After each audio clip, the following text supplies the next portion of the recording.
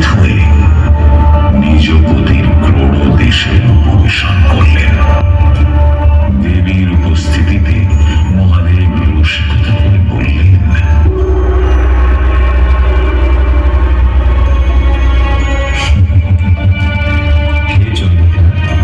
সৃষ্টির যে তুমি পরম সত্য, জগতের মা হয়েও তুমি আমার কৈলাসে আমার গৃহিণী হয়ে সংসার খেলায় মেতেছ।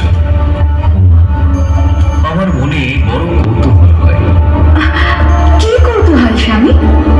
শীঘ্র বলুন, ওদিকে আমার মেলা কাজ।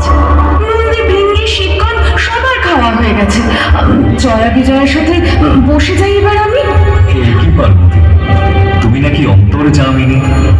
ত্রিনয়ন নিয়েও আমার অন্তরের কথা জানতে পারলে না?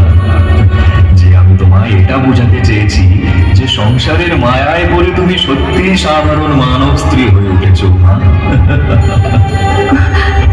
ও, তুমি তাই বলছো আমি সাধারণ? অবশ্যই। এই দেখো, ওদিকে রাক্ষস কুলে বড়ই স্বর্গ, দেবতারা আশা ছেড়েই দিয়েছে।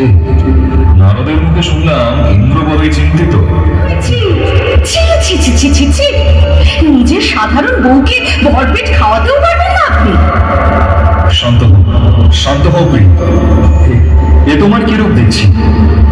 আমি ব্যবস্থা করছি। ওরে নন্দী, তুই গেলি তোরা যা, যেখান থেকে পারিস খাদ্য নিয়ে আয়। তোরা খাদ্য নিয়ে। প্রভু, আর যে কৈলাসে কোনো কিছুই অবশিষ্ট নেই। যা ছিল আপনার বিক্রি করা সবই অর্পণ করেছি মায়ের কাছে। সে কি, ফল মূল কিছু তো থাকবে?